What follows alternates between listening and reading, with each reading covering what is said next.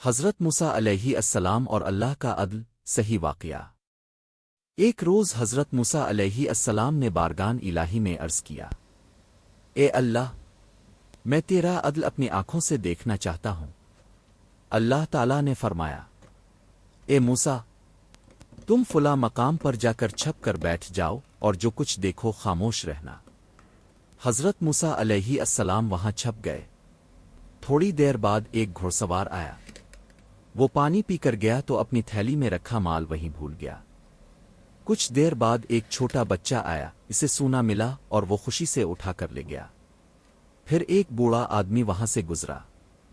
اتنے میں گھوڑ سوار واپس لوٹا اور غصے سے بوڑھے سے پوچھنے لگا، میرا مال کہاں ہے؟ بوڑھے نے انکار کیا مگر گھوڑ سوار نے اسے مار ڈالا۔